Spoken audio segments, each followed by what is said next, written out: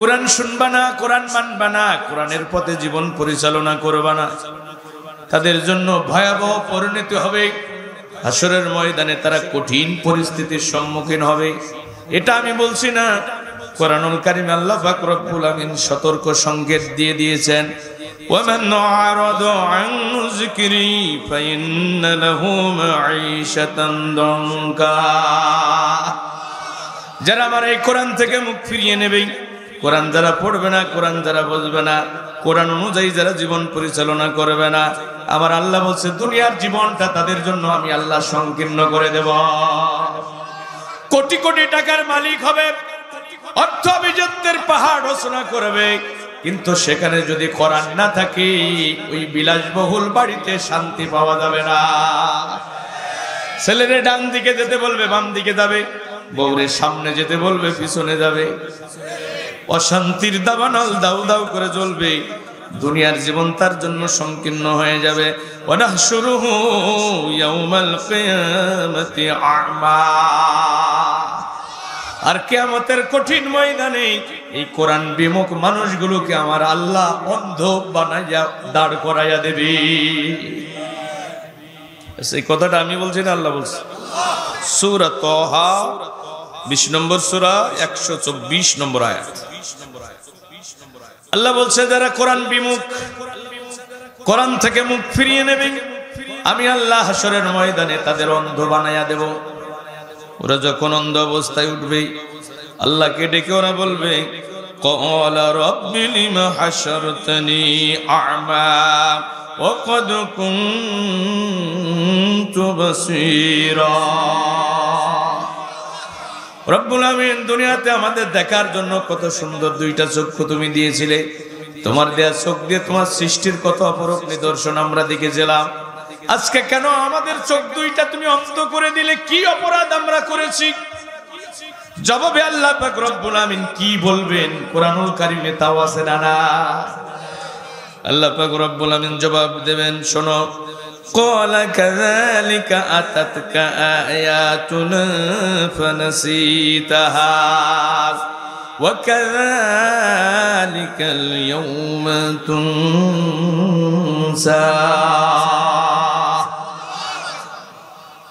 দুনিয়াতে আমি তোমাদের চক্ষু দিয়েছিলাম, আমার দেয়া চক্ষু দিয়ে ফিজিক্স পড়েছো, কেমিস্ট্রি পড়েছো, বায়োলজি পড়েছো, কত নোবেল পড়েছো, কত নাটক পড়েছো, তসলিমার উপন্যাস পড়েছো, স্টার জলসা দেখেছো, জি বাংলা দেখেছো, হলিউড হলিউড বলিউডের নায়ক নায়িকাদের সিনেমা দেখেছো, নাচ গান দেখেছো, কিন্তু বছরের পর বছর পার হয়ে গেছে, আমি আল্লাহ আকাশের জগৎ থেকে যে কোরআন নাজিল করেছি ওই কোরআন খুলে তোমরা কোনোদিন দেখো না। দুনিয়াতে যেমনি করে আমার কোরআন থেকে তোমরা মুখ ফিরিয়ে নিয়েছিলে, আজকে আমি আল্লাহ পাক রব্বুল আমিন তোমাদের চোখ দুইটা অন্ধ করে তোমাদের থেকে মুখ ফিরিয়ে নিলাম।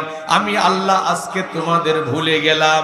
এখন আল্লাহ যদি হাসরের ময়দানে কোনো বান্দারে ভুলে যায়, বলেন তো তার কি আর বাঁচার উপায় আছে?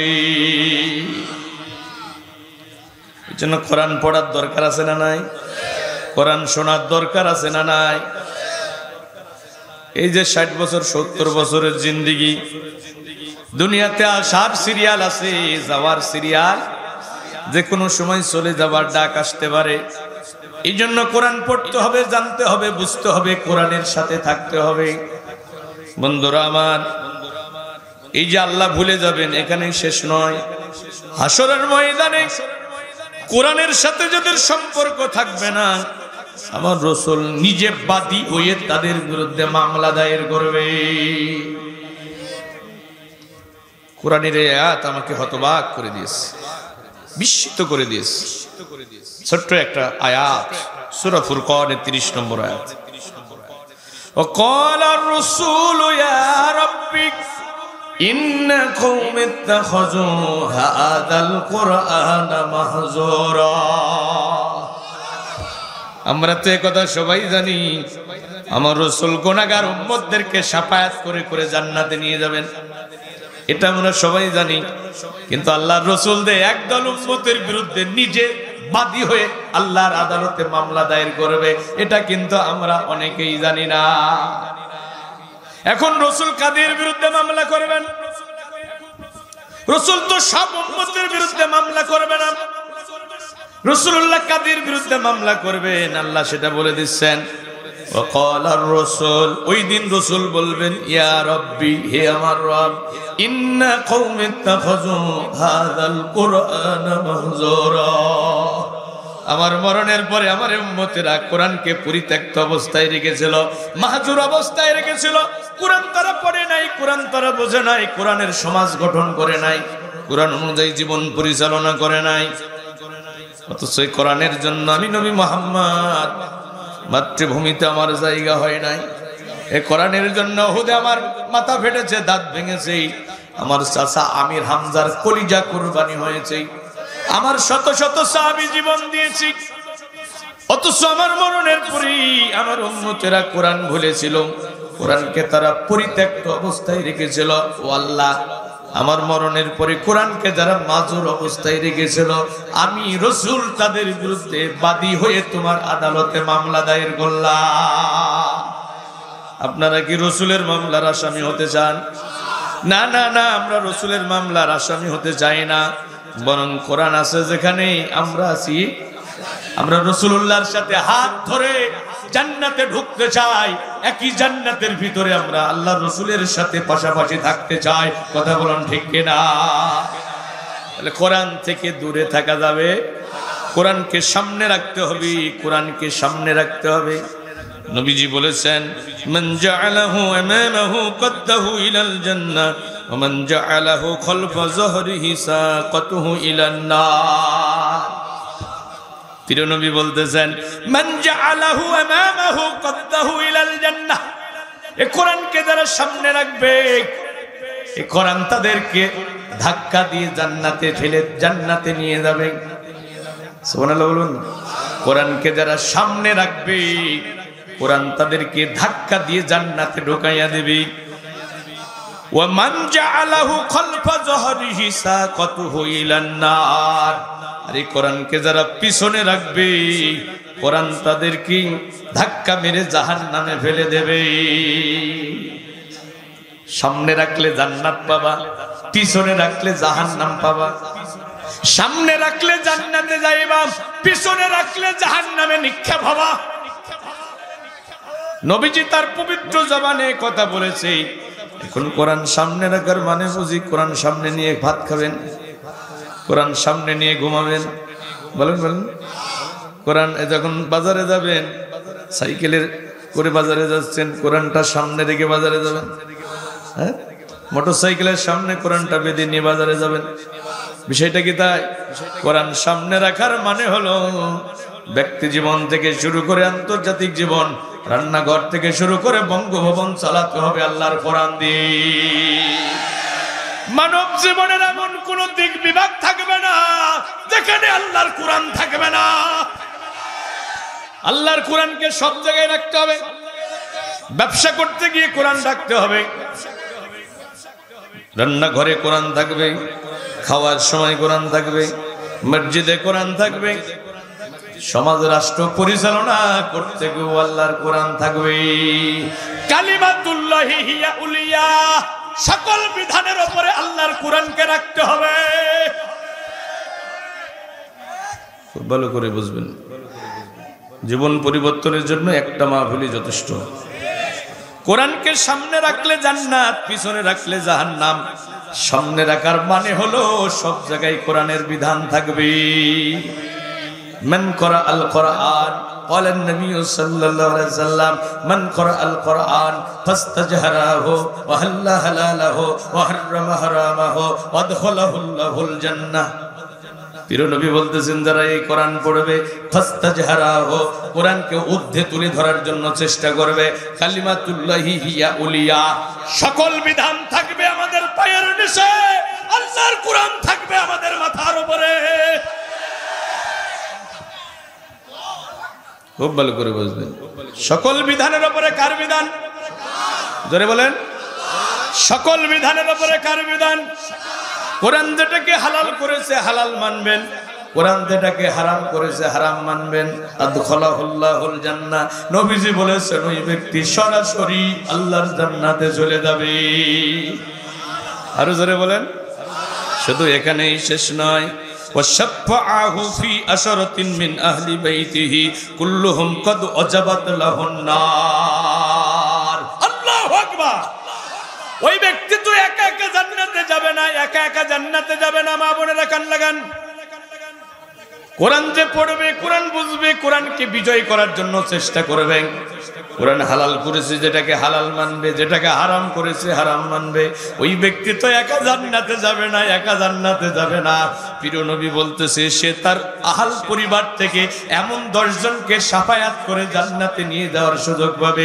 কুল্লুহুম কদ ওয়াজাবাত লাহুন নার, যাদের জন্য আল্লাহর জাহান্নাম ওয়াজিব হয়ে গেছে। সুবহানাল্লাহ, জোরে বলবেন না? কয়জনকে? জোরে বলেন।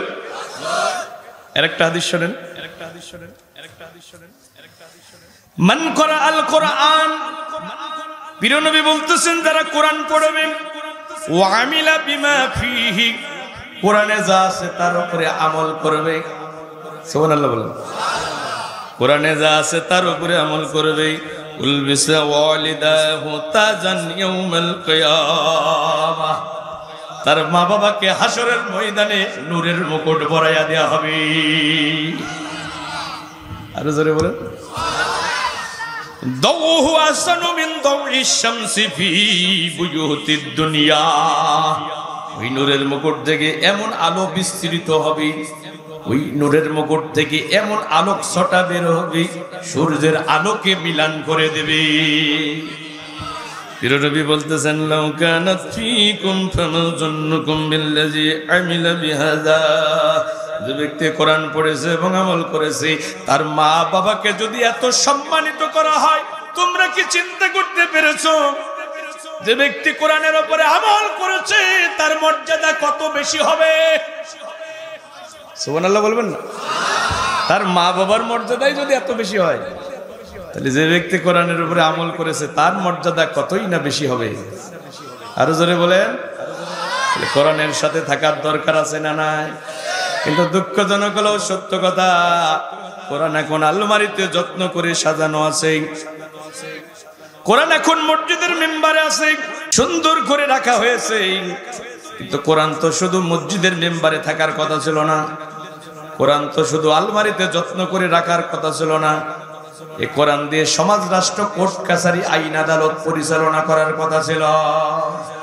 ইন্না আনজালনা ইলাইকাল কিতাবা বিল হক লিতাহকুমা বাইনান নাসি বিমা আরাকাল্লাহ, কোরআন আমি নাজিল করেছি সত্য সহকারে।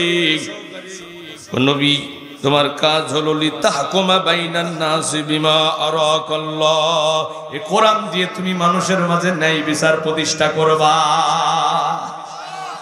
এই ঘোষণা কার? কোরআন আপনি তেলাওয়াত করবেন, চুমা খাবেন, আলমারিতে রেখে দেবেন। কোরআন দিয়ে বাপের কোলখানি অনুষ্ঠান করবেন, কোরআন দিয়ে ছেলে মেয়ের বিয়ে পড়াবেন, কোরআন দিয়ে জিন ভূত তাড়াবেন, তাবিজ তোমার লিখবেন। এই জন্য কি আল্লাহ কোরআন নাজিল করেছে? কোরআন কেন নাজিল হলো? লিতুখরিজান নাস মিনাজ যুলুমাতি ইলান নূর, জাহেলিয়াতের নিকশ কালো অন্ধকার আচ্ছন্ন রাস্তা থেকে পৃথিবীর পথহারা পথভোলা দিকভ্রান্ত মানুষগুলোকে হাত ধরে তুলে এনে জান্নাতের শাশ্বত কল্যাণময় পথের দিশা দেওয়ার জন্য কোরআন নাজিল হয়েছে।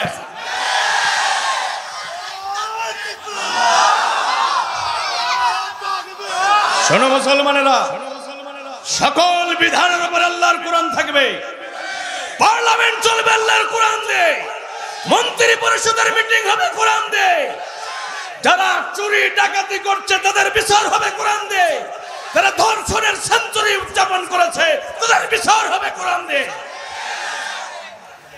যে তাহকুমা বাইনান নাসি বিমা আরাকাল্লাহ, মানুষের মাঝে ন্যায় বিচার প্রতিষ্ঠার জন্য কোরআন এসেছে।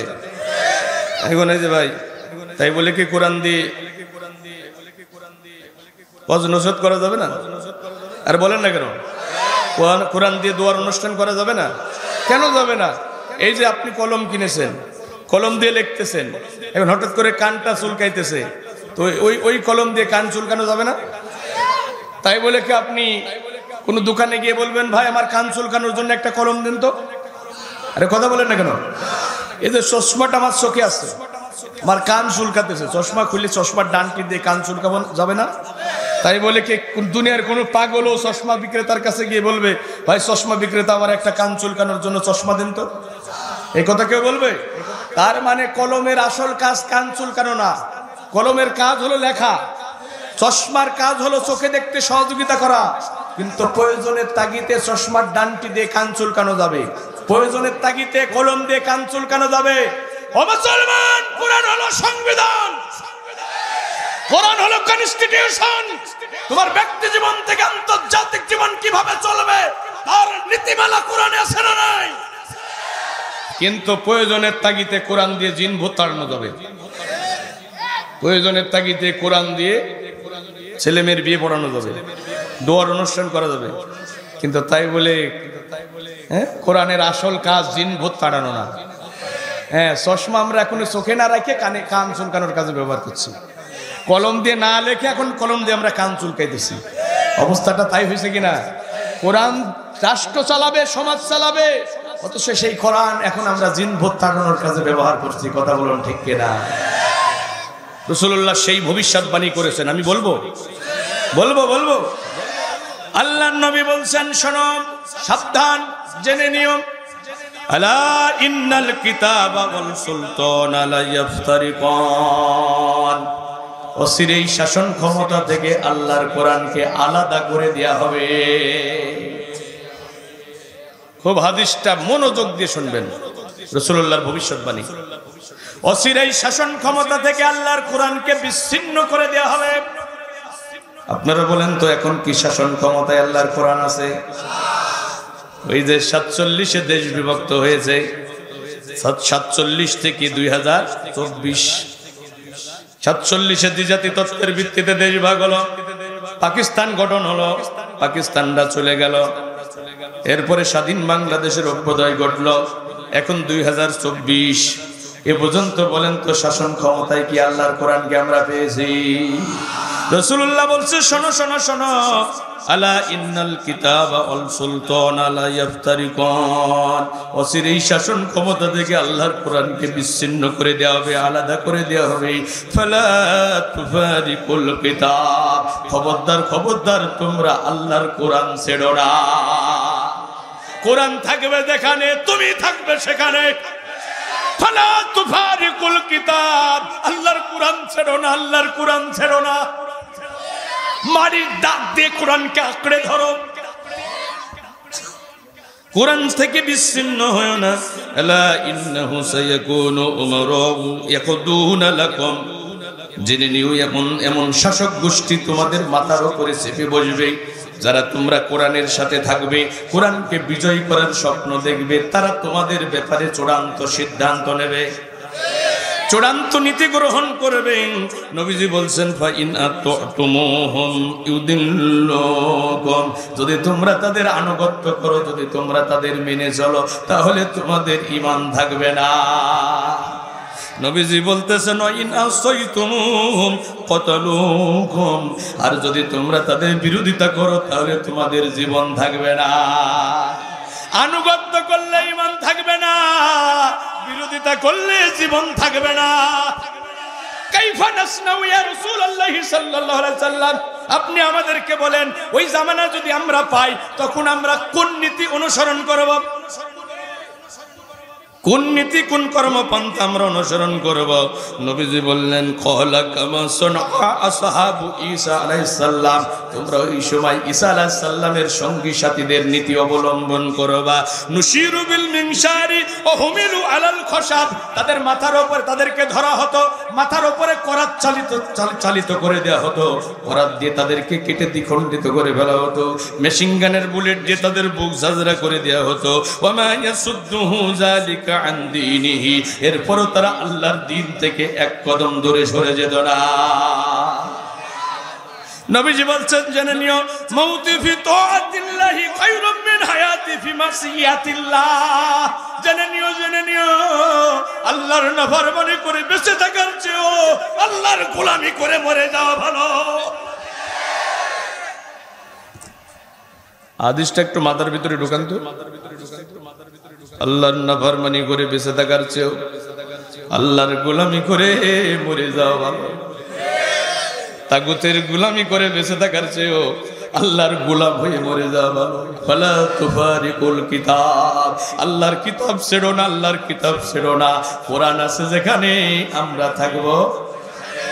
আরে রাসূলুল্লাহ কি ভবিষ্যৎবাণী করলেন দেখেন, ইউশিকু ইয়াসিয়া আলান নাসি জামানুন, শোনো শোনো শোনো, অচিরে এমন একটা জামানা তোমাদের মাঝে আসবে,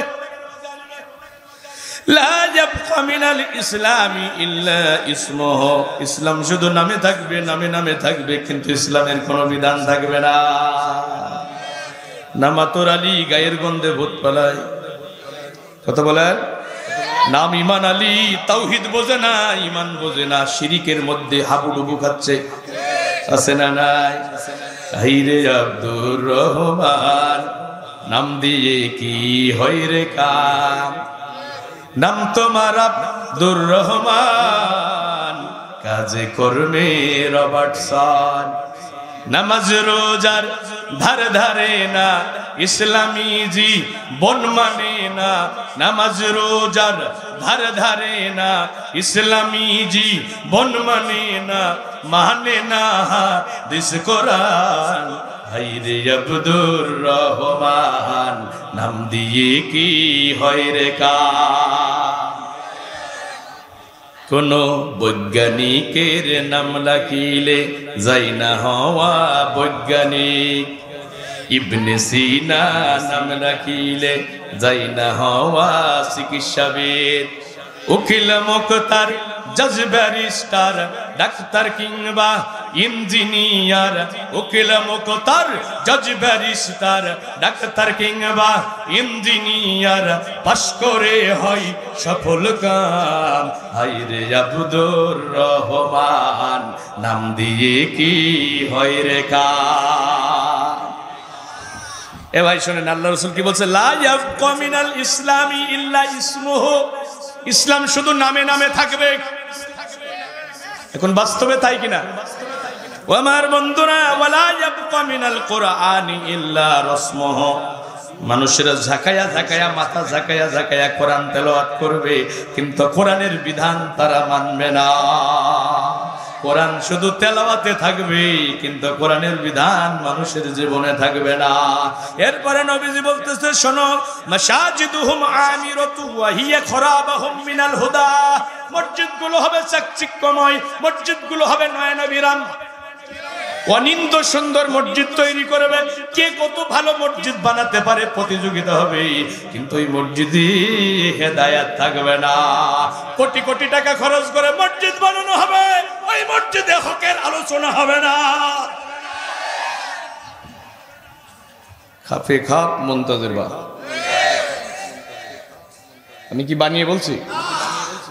আল্লাহ রাসূলের পবিত্র মুখ নিঃসৃত বাণী, যেটা কখনো মিথ্যা হবার নয়। এরপরে নবীজি বলতেছেন, উলামাউহুম শাররু মান তাহতা আদিমিস সামা, আকাশের নিচে জমিনের উপরে আলেমরা হবে নিকৃষ্ট। আলেমদের সম্মান থাকবে না, ইজ্জত থাকবে না। ওই নিষিদ্ধ পল্লীর প্রতি তারা যতটা সম্মানিত হবে, আলেমরা তার চেয়ে বেশি অপমানিত হবে। মদের বারে ওই সিনেমার নায়িকা পরিমণি গ্রেপ্তার হলো, হ্যান্ডকাপও লাগানো হয় নাই, মাজায় দড়িও বাঁধা হয় নাই, অথচ কোরআনের মুফাসসির গোটা কোরআন আল্লাহ সিনাই রেকর্ড করে দিয়েছে। হাদিসের মুহাদ্দিস, শাইখুল হাদিসের কলিজার টুকরা সন্তান, ডান্ডা বেরি পড়ানো হয়েছে, মাজায় দড়ি বাঁধানো হয়েছে, হাতে হ্যান্ডকাপ লাগানো হয়েছে, মনে হচ্ছে যেন দুনিয়ার সবচেয়ে বড় সন্ত্রাসী। নবীজি ভবিষ্যৎবাণী করেছেন, আকাশের নিচে জমিনের উপরে আলেমরা হবে নিকৃষ্ট। ওই জামানাটা এসেই গেছে নাকি আসবে? ওই জামানা এসেছে, এসেছে। ইয়াতি আলান নাসি জামানুন ইজতামিউনা ফিল মাসাজিদ লাইসা ফীহিম মুমিনুন, এমন একটা জামানা আসবে, আসবে লোকেরা মসজিদে নামাজে সমাবেত হবে, সেখানে একজনও ইমানদার খুঁজে পাওয়া যাবে না। ইউসবিহু রাজুলু ফিহা মুমিনান ওয়া ইউমশি কাফিরান ওয়া ইউমশি মুমিনান ওয়া ইউসবিহু কাফিরান। লোকেরা সকালে মুমিন থাকবে, সন্ধ্যায় কাফের হয়ে যাবে, সন্ধ্যায় মুমিন থাকবে, সকালে কাফের হয়ে যাবে। বিউ আকওয়ামুদ দীনাহুম বিআরদি মিনাদ দুনিয়া। দুনিয়ার পিছনে ছুটতে ছুটতে, দুনিয়ার স্বার্থ হাসিল করতে গিয়ে মানুষেরা তাদের ঈমান বিক্রি করে ফেলবে। আসসাবিরু মিনহুম আলা দীনিহি কাল কাবিদি আলাল জামার। হাতের উপরে আগুনের কুণ্ডুলি রাখা যতটা কঠিন হবে, ঈমানের উপরে দাঁড়ায়া থাকা তার চেয়েও বেশি কঠিন হবে। এই জামানায় আমরা এসে গেছি। ফালা তুফারিকুল কিতাব, আল্লাহর কিতাব ছেড়ো না, আল্লাহর কিতাব ছেড়ো না। ফাস্তাজহারাহু, আল্লাহর কিতাবকে ঊর্ধ্বে তুলে ধরার জন্য তুমি চেষ্টা চালিয়ে যাও। কিতাব তো শুধু তেলাওয়াতের জন্য আসে নাই, এই কিতাব তো শুধু জিন ভূত তাড়ানোর জন্য আসে নাই। এই কিতাব থাকবে পার্লামেন্টে, এই কিতাব দিয়ে সমাজ রাষ্ট্র পরিচালিত হবে। এখন আল্লাহর কিতাব দিয়ে কি সমাজ রাষ্ট্র পরিচালিত হচ্ছে? কেন তুমি বোঝো না বন্ধু? তোমার রব বলেছে ফাহকুম বাইনাহুম বিমা আনজালাল্লাহ। ও নবী মুহাম্মদ সাল্লাল্লাহু আলাইহি সাল্লাম, মানুষের মাঝে যখন বিচার করবা, আমি আকাশের জগৎ থেকে যে কোরআন নাজিল করেছি, কোরআনের আইন দিয়ে বিচার করবা। জোরে বলেন এ হুকুম কার? আরো জোরে বলেন এ হুকুম কার? এখন কোরআনের আইন দিয়ে তো বিচার ফায়সালা হয়, ব্রিটেনের আইন দিয়ে বিচার ফায়সালা হচ্ছে।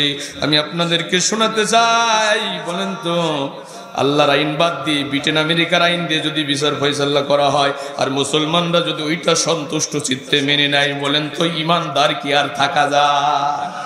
না না না, ইমানদার থাকা যাবে না। কারণ আইন দেওয়ার মালিককে।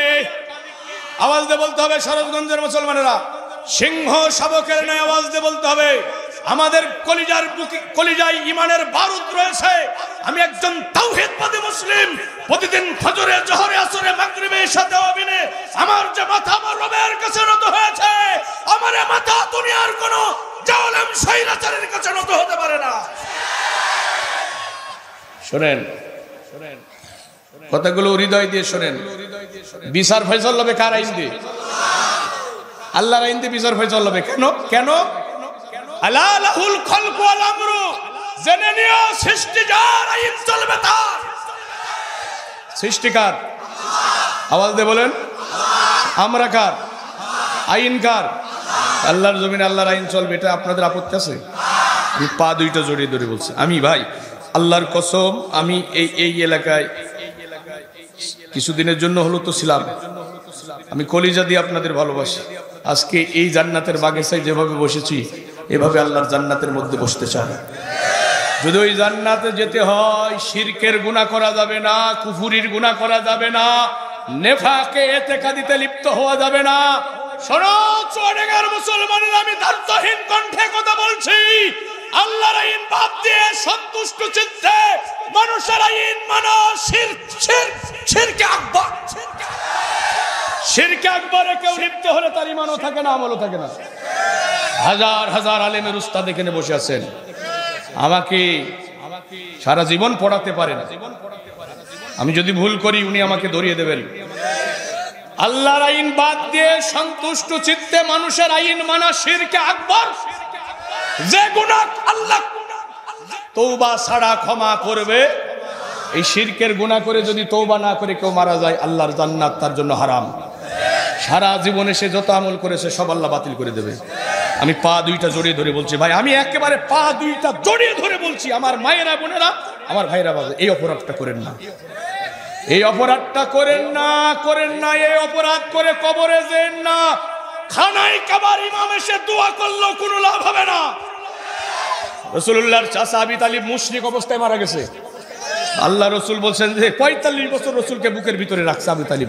আল্লাহ রসুল বলছেন যে আমি আমার চাচার জন্য দোয়া করতেই থাকবো, দোয়া করতেই থাকবো। আল্লাহ আয়াত নাজিল করে বলছেন, মা কানা লিন নাবিয়্যি ওয়াল্লাযিনা আমানু আইয়াস্তাগফিরু লিল মুশরিকিন। নবী এবং মুমিনদের উচিত হবে না মুশরিকদের জন্য দোয়া করা। ওয়ালাউ কানু উলি কুরবা, যদিও তারা তাদের নিকট আত্মীয় হয়। আল্লাহর আইন বাদ দিয়ে যে মানুষের আইন মানা শিরিক কোরআনে আছে না নাই? আচ্ছা ঠিক আছে, ঠিক আছে। হ্যাঁ শোনেন, এ দেখেন ইয়াকুলুনা হাল লানা মিনাল আমরি মিন শাইইন, ইয়া রাসূলুল্লাহ আপনাকে জিজ্ঞাসা করে যে আইন রচনা করার কোনো অধিকার কি আমাদের আছে? কারা বলছে? ওই মক্কার কাফেররা। আল্লাহ রাসূলকে বলছে যে মুহাম্মদ, আমাদের কি এই রাষ্ট্র পরিচালনার জন্য আইন নীতি নির্ধারণ করার কোনো অধিকার আমাদের আছে? আল্লাহ রাসূলকে কি বলছেন? কুল, হে রাসূল আপনি বলুন, ইন্নাল আমরা কুল্লাহু লিল্লাহ, আইন দেওয়ার অধিকার শুধুমাত্র আমি আল্লাহ। আইন দেওয়ার অধিকার কার? আল্লাহরটা বাদ দিয়ে মানুষেরটা মানলে কি হবে? আরে বলেন না কেন? আল্লাহরটা বাদ দিয়ে মানুষেরটা মানলে কি হবে? আবার বলেন, আল্লাহরটা বাদ দিয়ে মানুষেরটা মানলে কি হবে? আচ্ছা, আপনার বাড়ির পাশে একজন প্রভাবশালী প্রতিবেশী আসে, সে যদি বলে বেটা তুই গরিব মানুষ, তোর বউ ছেলে মেয়ে আমার কথা মতো চলবে, আপনি কি মানবেন? বলবেন আমি গরিব মানুষ হতে পারি, আমার বউ ছেলে মেয়ে যদি আপনার কথা মতো চলে তাহলে আমার আর বেঁচে থেকে লাভ নাই। তা আপনার বাড়িতে আপনি একজন প্রভাবশালী প্রতিবেশীর আইন মানবেন না, তো জমিনের মালিককে সৃষ্টি করেছে কে? আপনি আল্লাহর, জমিন আল্লাহর, আইন চলবে ব্রিটেন আমেরিকার, আল্লাহকে এটা মানবে? আপনি কেন এটা বোঝেন না?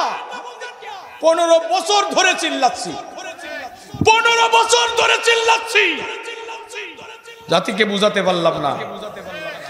লাকাদ মান্নাল্লাহু আলাল মুমিনিনা ইয বাআসা ফীহিম রাসূলাম মিনহুম ইয়াতলু আলাইহিম আয়াতিহি ওয়া ইউযাক্কিহিম ওয়া ইউআল্লিমুহুমুল কিতাবা ওয়াল হিকমা।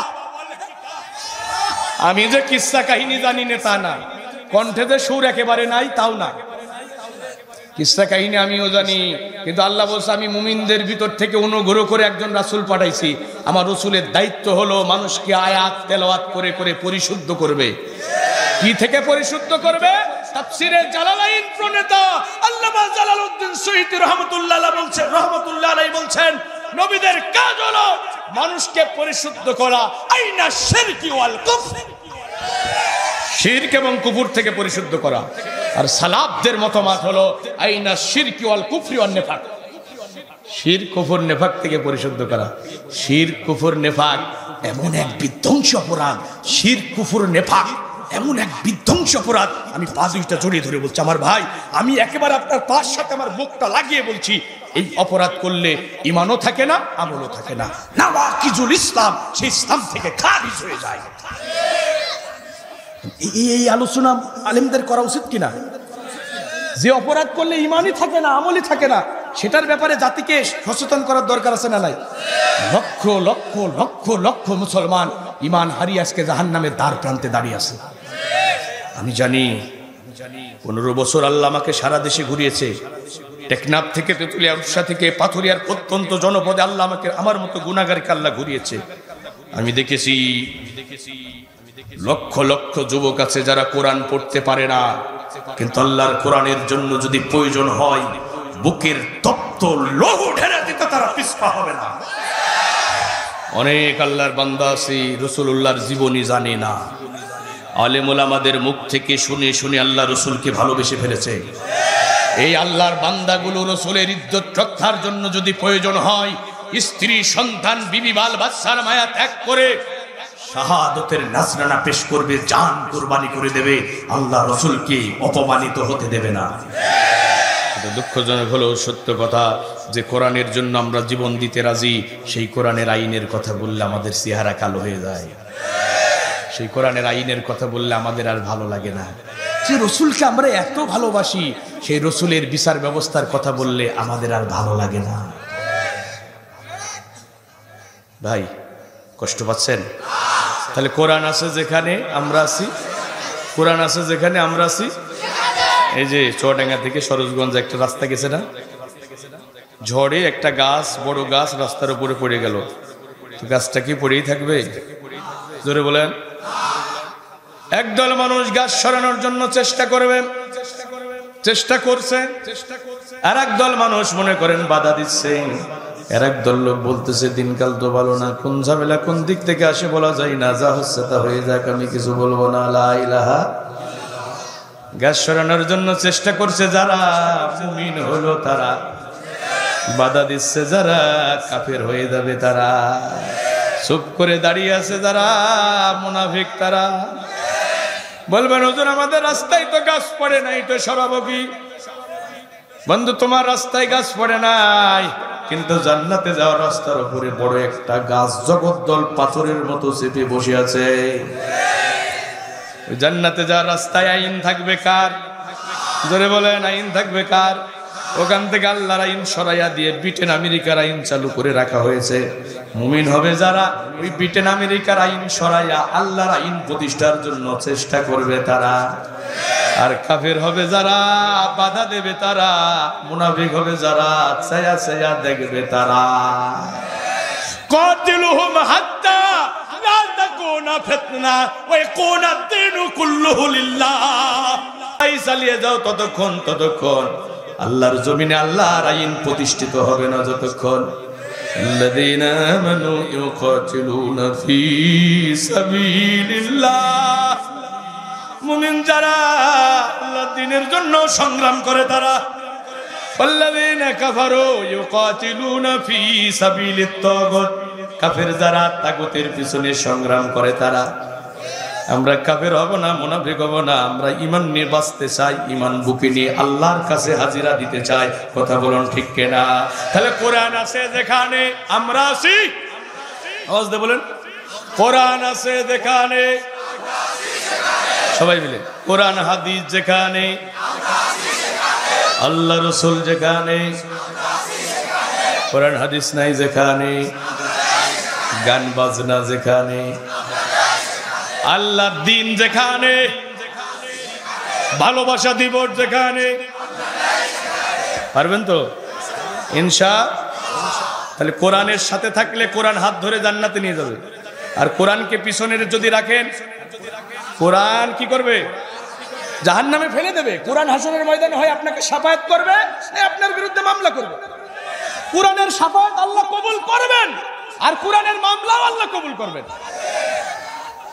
তাহলে কোরআন থেকে আমরা আলাদা থাকবো, কোরআনের সাথে আমাদের দুশমনী আছে। আমি হাসান আল মামুনকে আপনার অপছন্দ হতে পারে, মাওলানা আব্দুল জলিল হাওলাদারকে ব্যক্তিগতভাবে আপনার অপছন্দ হতে পারে, কিন্তু আল্লাহর কোরআনের সাথে কি কোনো দুশমনী আছে?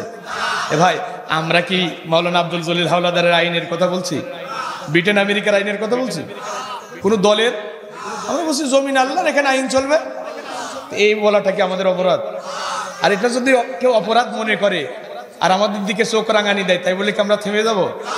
ধরে বলেন, আমার এক যুবক আলমডাঙ্গা শহরে ওই মাঝখান থেকে চিল্লাই বলে, হুজুর আল্লাহর আইনের কথা, কোরআনের আইনের কথা জন্য এত চিল্লাচিল্লি করেন কেন? পৃথিবীর কোন দেশে কোরআনের আইন আছে? আমরা যুবক, আমি একজন তাওহীদবাদী মুসলিম, আমার কলিজায় ঈমানের বারুদ আছে। আমি তো কুফরি আইন অস্বীকার করে আল্লাহর উপরে ঈমান এনেছি। আমি আল্লাহর দুশমনদের সাথে সম্পর্ক ছিন্ন করে ঈমানের ঘোষণা দিয়েছি। ভাই, ইয়াকফুর বিত-তাগুত ওয়া ইউমিন বিল্লাহ। আমি তাকে তাগুতকে অস্বীকার করেছি, তারপর ঈমান এনেছি। এখন পৃথিবীর কোন দেশে আল্লাহর আইন চালু আছে নাই এটা দেখার সময় আমার নাই। মুয়াজ্জিনের দায়িত্ব হলো আজান দেয়া। সরোজগঞ্জের মুসলমানের আওয়াজ দিয়ে বলেন, মুয়াজ্জিনের দায়িত্ব কি? কে আজান শুনে আসলো, কে আসলো না, এটা দেখার সময় আছে? মুয়াজ্জিন আজান দিয়েছে, একজন মুসল্লি আসে নাই, রাগ করে কি মুয়াজ্জিন আজান বন্ধ করে দেবে? মুয়াজ্জিন আজান দিয়েছে, মুসল্লি কানায় কানায় মসজিদ পরিপূর্ণ হয়ে গেছে, খুশিতে আত্মহারা হয়ে কি মুয়াজ্জিন আজান বন্ধ করবে? মুসল্লি আসলেও আজান হবে, না আসলেও আজান হবে। আমরা যারা ঈমানের দাবি করি, আমরা যারা নিজেদেরকে মুসলমান দাবি করি, আমরা প্রত্যেকেই কোরআনের মুয়াজ্জিন। বাল্লিগু আন্নী ওয়ালা আয়া। ঈমানদার প্রত্যেকেই কোরআনের মুয়াজ্জিন, তাওহীদের মুয়াজ্জিন। আমি তো মুয়াজ্জিন, তাওহীদের মুয়াজ্জিন। পৃথিবীর প্রান্তে প্রান্তে আমি ছুটে চলে যাব, মানুষের দাঁড়ে দাঁড়ে ঘুরব, ডেকে ডেকে কানে কানে বলবো, জমিন আল্লাহর, এখানে আইন চলবে আল্লাহর। ওয়ালাকাদ বাআসনা ফি কুল্লি উম্মাতির রাসূল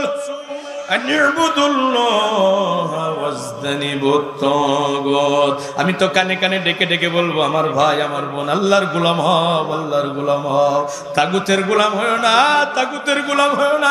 আল্লাহর আইনের জন্য আমি মানুষকে ডাকবো, আমি মানুষের দ্বারে দ্বারে ঘুরবো, কে আমার ডাক শুনে আসলো, কে আসলো না, কে বিরোধিতা করলো, কে দূরে থাকলো, কে কাছে থাকলো, কে সহযোগিতা করলো, এটা দেখার সময় আমার নাই। সারা দুনিয়া আল্লাহর আইনের বিপক্ষে চলে যাবে, আমি একজন তাওহীদবাদী মুসলিম একাই আল্লাহর আইনের পক্ষে মাথা উঁচু করে দাঁড়িয়ে থাকবো।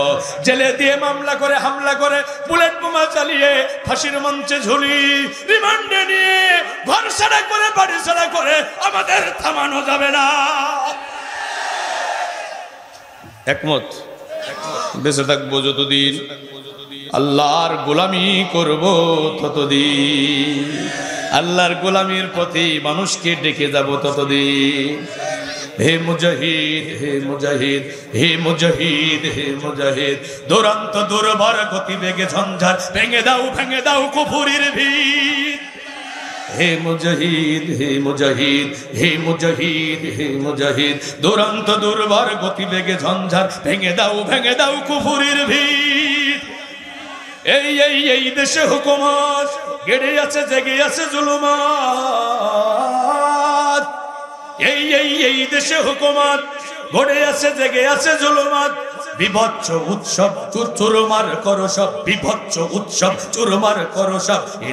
এনে দাও আলোকিত কোরআনের সুফে উন্মিদ। আল্লাহ আমাদের সবাইকে কবুল করুন। আরো জোরে বলুন, কোরআন আছে যেখানে আমরা আছি, কোরআন নাই যেখানে আমরা নাই। আল্লাহ আমাদের কবুল করুন। জোরে বলুন আমিন, আরো জোরে বলুন আমিন।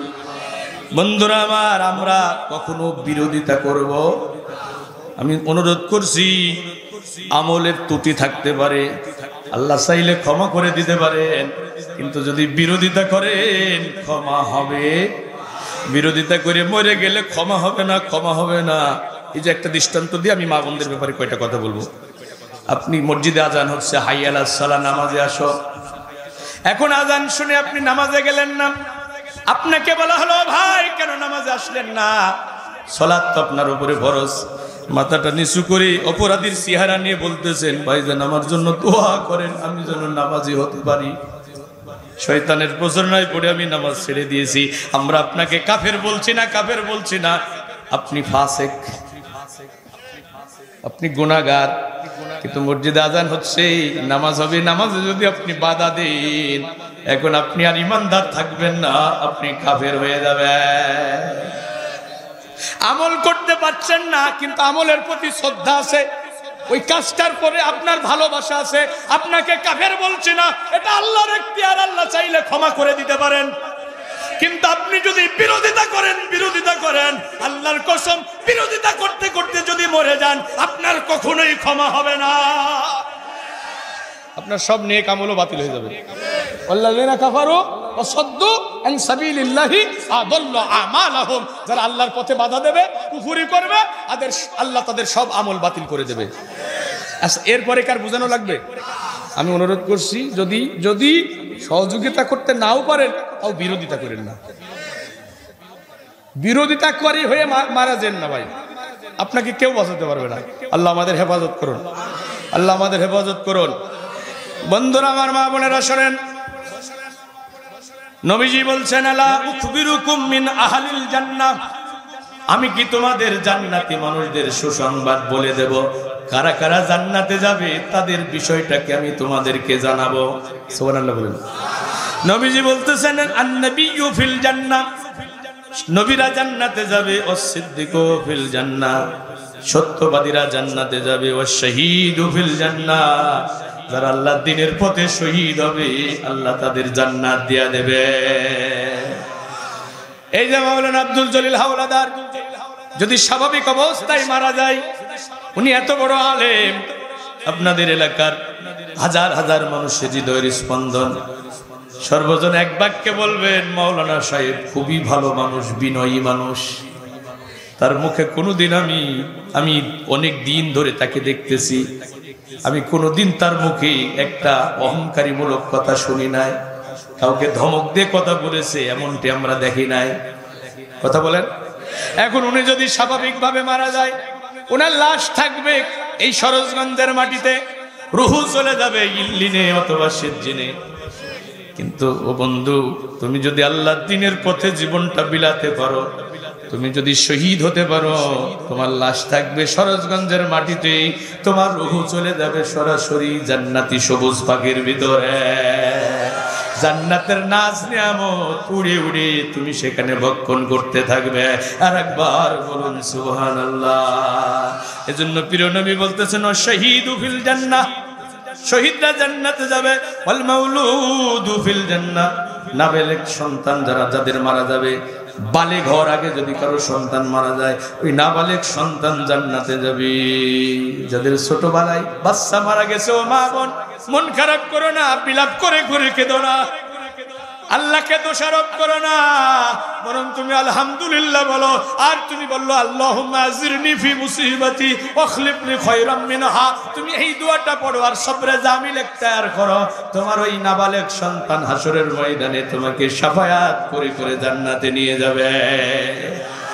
আরো জোরে বলেন।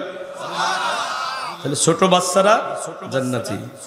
এরপরে নবীজি বলছেন, ওয়ারাজুলু ইয়াজুরু আখাহু ফি নাহিয়াতিল মিসরি লা ইয়াজুরুহু ইল্লাল্লাহ।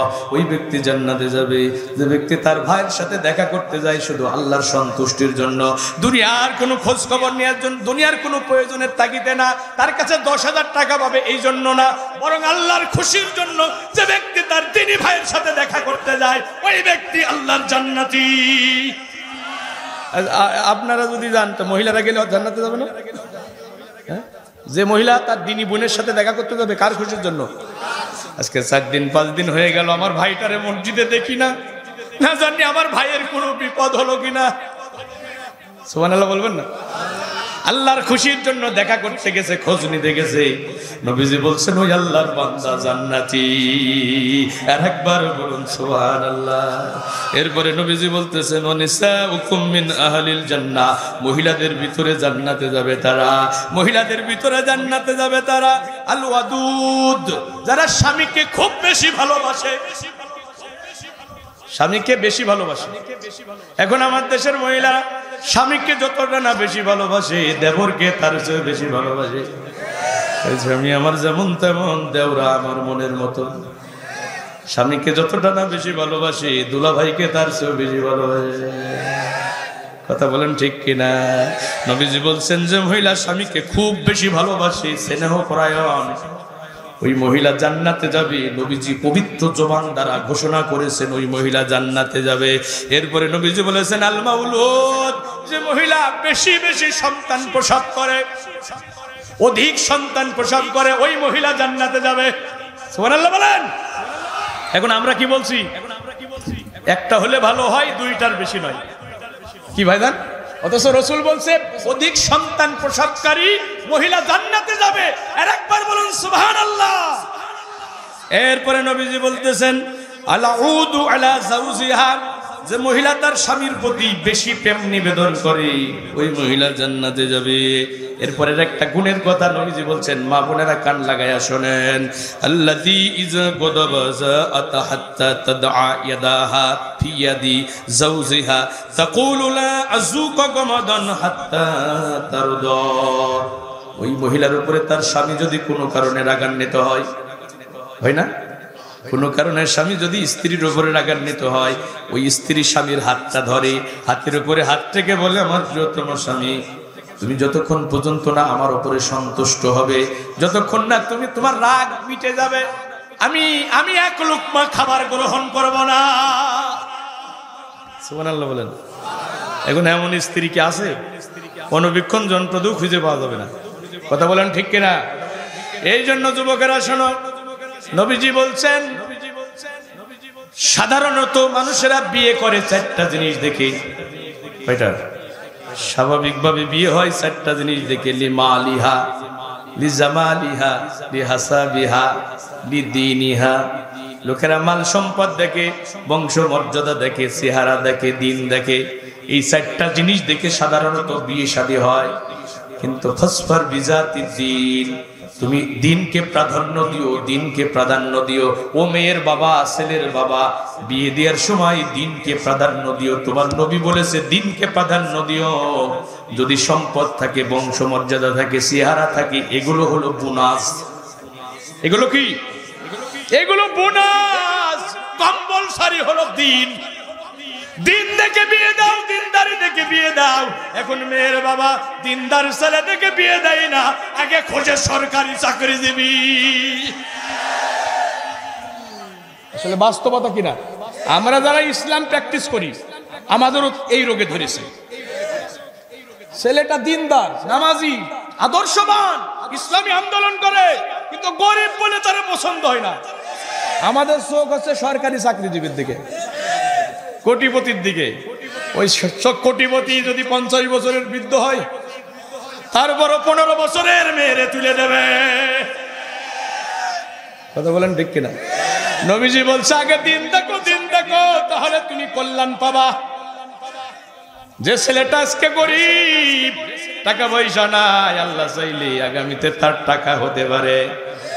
যিনি আজকে ধনী, কালকে সকালবেলা তিনি পদের ভিখারি হয়ে যেতে পারে। নদীর একুল ভাঙে অকুল গড়ে, এই তো নদীর খেলা। সকালবেলার ধনী রে ভাই ফকির সন্ধ্যাবেলা। সোনা দানা বালা খানা সবই হইল অভিনয়। সোনা দানা বালা খানা সবই হইল অভিনয়। যে বা গেল সে কি নিল, যে বা গেল, যে বা গেল সে কি নিল, সবই দেখি পইড়া রয়। সোনা দানা বালা খানা সবই হইল অভিনয়। সোনা দানা বালা খানা সবই হইল অভিনয়। জন্ম নিলে মৃত্যুকে ভাই সকলে যাই ভুলে, স্বর্গ খোঁজে এই দুনিয়ায় সর্বপকুলে। জন্ম নিলে মৃত্যুকে ভাই সকলে যাই ভুলে, স্বর্গ খোঁজে এই দুনিয়ায় সর্বপকুলে। 2.5 দিনের জন্য বড়াই, 2.5 দিনের জন্য বড়াই করা কি আর উচিত হয়? সোনা দানা বালা খানা সবই হইল অভিনয়। সোনা দানা বালা খানা সবই হইল অভিনয়। বন্ধু, রাতের বেলা যদি আপনি মারা যান, আপনি শিল্পপতি, কোটিপতি, মার্সিডিজ গাড়িতে ঘুরে বেড়ান, গুলশানে বাড়ি, বনানীতে বাড়ি, আমি আপনার বিবেকের কাছে প্রশ্ন করছি, রাতের বেলা যদি মারা যান, স্বজনেরা কি রাতটুকু করুণা করে আপনাকে ওই বিলাসবহুল বাড়িতে থাকার সুযোগ দেবে? প্রতিটা মসজিদের বারান্দায় একটা করে খাটিয়া আছে, খাটিয়া আছে। ওই এসি রুম থেকে আপনারে বের করি মসজিদের খাটিয়ার উপরে আপনারে শোয়া দেবে, বাড়ির বারান্দায় রেখে দেবে। আপনার হাতে একটা দামি ব্র্যান্ডের ঘড়ি ছিল, স্বজনেরা ঘড়িটা খুলে নেবে। আপনার হাতে দামি আকুত পাথরের একটা আংটি ছিল, স্বজনেরা ওইটা খুলে নেবে। চোখে একটা দামি ব্র্যান্ডের চশমা ছিল, ওইটা স্বজনেরা খুলবে। গায়ে একটা দামি কোট ছিল, ওইটা খুলবে। একটা একটা করে খুলতে খুলতে আপনার ল্যাংটা বানাইয়া দেবে। মায়ের পেট থেকে এসেছিলে যেমন, ঠিক চলে যাবে তেমন। সাদা কাফন ছাড়া সাথে কিছুই নিয়ে যাবে না। আমার মা, আমার বোন, আমি তোমাকে বলছি শোনো, একই অবস্থা হবে তোমাদের। মরার সাথে সাথে হাতের বালা, গলার চেন, নাকের ফুল, কানের দুলটা খুলে নেওয়া হবে, গায়ের জামাটা খুলবে, পণ্যের বস্তু খুলবে। সাদা কাফন ছাড়া সাথে কিছুই যাবে। বন্ধুরা আমার, এই জন্য অর্থ সম্পদ দেখো না, দেখো না, দিন দেখো, দিন দেখো। বিয়ে করার সময় মেয়ের দিনদারি দেখো, বিয়ে দেওয়ার সময় ছেলের দিনদারি দেখো। চলে যাওয়ার সময় তো টাকা পয়সা বালাখানা কিছুই যাবে, যেতে হবে শূন্য হাতে, যেতে হবে শূন্য হাতে, সঙ্গে কিছুই যাইবে না। 3.5 হাত জায়গা পাবি, পাবি না রে বিছানা। 3.5 হাত জায়গা পাবি, পাবি না রে বিছানা। বাস্তবে তাই কিনা? আচ্ছা ভাই, আজ থেকে 200 বছর আগে এই গ্রামে যারা ছিল তারা কেউ আছে? আবার আমরা যারা এখানে বসে আছি, এই যে আব্দুর রহমান ভাই থেকে শুরু করে, আমার জান্টু ভাই থেকে শুরু করে, মাওলানা সাহেব থেকে শুরু করে, আজ থেকে 150 বছর পরে আমাদের কাউকে পাওয়া যাবে? সবাইকে চলে যেতে হবে। এখন দিন নিয়ে যদি যেতে পারেন তাহলে আপনি সৌভাগ্যবান, আর যদি বেদিন হয়ে বেঈমান হয়ে কবরে যান আপনার সবচেয়ে হতভাগা দুর্ভাগা আপনি। মায়েরা ভালো করে শোনেন, নবীজি বলছেন, কলান নবী সাল্লাল্লাহু আলাইহি সাল্লাম, মেয়েরা 4টা কাজ করবা, ইজা সাল্লাত খামসাহা ওয়া সামাত শাহরাহা ওয়া হাসানাত ফারজাহা ওয়া তাআত বালাহা। 5 ওয়াক্ত সালাত আদায় করবা, রমাদানের সিয়াম সাধনা করবা, সতীত্বের হেফাজত করবা, ওয়া তাআত বালাহা, স্বামীর সৎ হুকুমের আনুগত্য করবা, ফালতাদখুল মিন আইয়ি আবওয়াবিল জান্নাতি শাআত, জান্নাতের 8টা দরজা আমার রব তোমাদের জন্য ওপেন করে দেবে। আরো জোরে বলুন, আরো জোরে বলুন। মেয়েরাই আমলগুলো করবেন, মেয়েরাই আমলগুলো করবেন। আমি আপনাদেরকে বলছি এই আমলগুলো করবেন। আল্লাহ নবীকে জিজ্ঞাসা করা হচ্ছে, আইয়ুন নিসাই খায়রুন, সবচেয়ে উত্তম মহিলা, উত্তম স্ত্রী কে? আপনি বলেন তো ইয়া রাসূলুল্লাহ, আমাদের সবচেয়ে উত্তম স্ত্রী কে? নবীজি বললেন, ক্বালাল্লাতী তাসুররুহু ইজা নাযারা ইলাইহা, স্বামী যখন তার দিকে তাকায়, স্বামী তার দিকে দৃষ্টি দিলেই সন্তুষ্ট হয়ে যায়। সুবহানাল্লাহ বলেন। হ্যাঁ, এরপরে আল্লাহ বলছে, আল্লাহ নবী বলছে, তুতিউহু ইজা আমারা, স্বামী যখন তাকে কোনো আদেশ করে সঙ্গে সঙ্গে সেটা আনুগত্য করে। সে বলে সামি'না ওয়া আতা'না, আমি শুনলাম এবং মেনে নিলাম। সুবহানাল্লাহ বলবেন না? তবে শরীয়ত সম্মত ব্যাপার হতে হবে, শরীয়ত বিরোধী কোনো বিষয় হবে না, ইসলাম বিরোধী কোনো বিষয় হবে না। যদি তাকে স্বামী শরীয়ত সম্মত কোনো কাজের আদেশ দেয়, সে চোখ কান বুঝে সেটা আমল করবে, তার যত কষ্টই হোক না কেন। সুবহানাল্লাহ বলেন। এরপরে নবীজি বলছেন, ওয়ালা তুখালিফুহু ফি নাফসিহা ওয়া মালিহা বিমা ইয়াকরা, সে তার সম্পদের ব্যাপারে এবং নিজের ব্যাপারে এমন কিছু কাজ করে না যেটা তার স্বামী বড় বেশি অপছন্দ করে। তার মানে তার স্বামী যেটা অপছন্দ করে ওই স্ত্রী স্বামীর অপছন্দের কোনো কাজ করে না, ওই স্ত্রী হলো সবচেয়ে ভালো স্ত্রী। সুবহানাল্লাহ বলবেন না? এটা আমি বলছি না, রাসূল বলছে, আল্লাহ রাসূল বলছে। মা বোনেরা, এই গুণগুলো অর্জন করার জন্য চেষ্টা করবেন। আর দিনদার ছেলে দেখে বিয়ে দেবেন, এই কারণে দিনদার ছেলের কাছে আপনার মেয়ে নিরাপদ থাকবে। আর এই কারণে নিরাপদ থাকবে, একজন দিনদার স্বামী তার স্ত্রীর অধিকার বোঝে, আর একজন দিনদার স্ত্রী তার স্বামীর হক বোঝে। এখানে সীমা লঙ্ঘন হয়, জুলুম হওয়ার সম্ভাবনা নাই। কোটি কোটি টাকার মালিক এখন ওই যে হোটেল শেরাটনে মদের আড্ডায় নারী নিয়ে মাতলামি করলো, রাত 1টা 2টার সময় মাতাল অবস্থায় ঘরে আসলো। কোটি কোটি টাকা থাকার পরও কি মেয়ে শান্তিতে থাকবে? হ্যাঁ, এই জন্য দিন দিন দিন দেখবেন। আমরা এই আমলটা করব ইনশাআল্লাহ। আল্লাহ আমাদের আমল করার তৌফিক দিন। আমরা বলছি আল্লাহুম্মা আমিন। বন্ধুরা আমার, অনেক রাত হয়ে গেছে, আমরা হাত উঠাবো কার কাছে? দুনিয়ার অফিস আদালতের দরজা বন্ধ, একজনের রহমতের দরজা খোলা, তার নাম কি? আমি আপনাদের কাছে জানতে চাই, বলেন তো, কেউ যেটা দেয় না সেটা দেয় কে? কেউ যেটা বোঝে না সেটা বোঝে কে? কেউ যেটা শোনে না সেটা শোনে কে? আচ্ছা, দোয়া করে যার কথা ছিল না, এই ওটা শুরু হয়ে গেল। একটু কানে কানে কথা বলছে, এই জন্য ওটা শুনেছেন। এবার শোনেন শোনেন শোনেন শোনেন, এতক্ষণ আলোচনা শুনলেন, এখানে গুনাহ নিয়ে আসছেন। হুজুর বয়োবৃদ্ধ মানুষ বসে আছে, আপনারা যুবক মানুষ ওঠেন কি করে? কথা বলেন। হাজার হাজার আলেমের উস্তাদ এখানে বসে আছে, আর আপনারা উঠছেন। গুনাহ নিয়ে মাহফিলে এসেছি, আমরা কি গুনাহগার হয়ে ফিরে যেতে চাই? আল্লাহকে বলবো, আল্লাহ আজকে আমাদের নিষ্পাপ মাসুম বানায় দেয়া লাগবে। আমাদের ক্ষমা করে দিতে হবে, আমাদের মা বাবাকেও ক্ষমা করতে হবে। এখন আল্লাহ যদি ক্ষমা করে দেয়, আল্লাহর কি কোনো ক্ষতি হবে? আল্লাহ যদি গোটা মাহফিলটা ধরে প্যাকেট করে জাহান্নামে ফেলে দেয়, আল্লাহর কি লাভ হবে? লাভও হবে না, ক্ষতিও হবে না। বরং আমার আল্লাহ বলেন, উদউনি আস্তাজিব লাকুম। কত গুনাহ করেছো বান্দা, কত গুনাহ করেছো। তোমার গুনাহ যদি দুনিয়ার সীমানা পেরিয়ে আমার আকাশের জগৎকে স্পর্শ করে, সুম্মাস্তাগফারতানি, এই অবস্থায় যদি আমার কাছে ক্ষমা চাও, গফারতু লাক, আমি তোমার রব তোমাকে ক্ষমা করে দেব। আলামা কানা মিনকা, তুমি কি অবস্থায় আছো আমি এটা দেখবো না, আমি এটা জানবো না। ওলা উবালি, আমি তোমাকে ক্ষমা করতে গিয়ে দুনিয়ার কোনো মানুষের পরোয়া করব না। আমি আল্লাহ, আমাকে কেউ বলতে পারবে না আল্লাহ আব্দুর রহমানকে কেন ক্ষমা করলা, সে তো এত এত গুনাহ করেছে। এ কথা কেউ বলতে পারবে?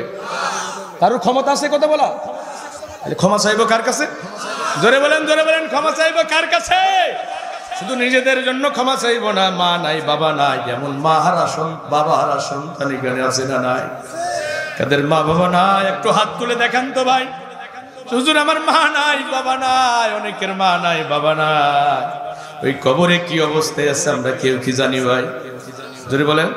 ছেলে বিদেশি, 1000 মাইল পাড়ি দিয়ে জীবন জীবিকার তাগিদে বিদেশে গেছে লেখাপড়ার জন্য, বাইরের দেশে পাড়ি জমিয়েছে।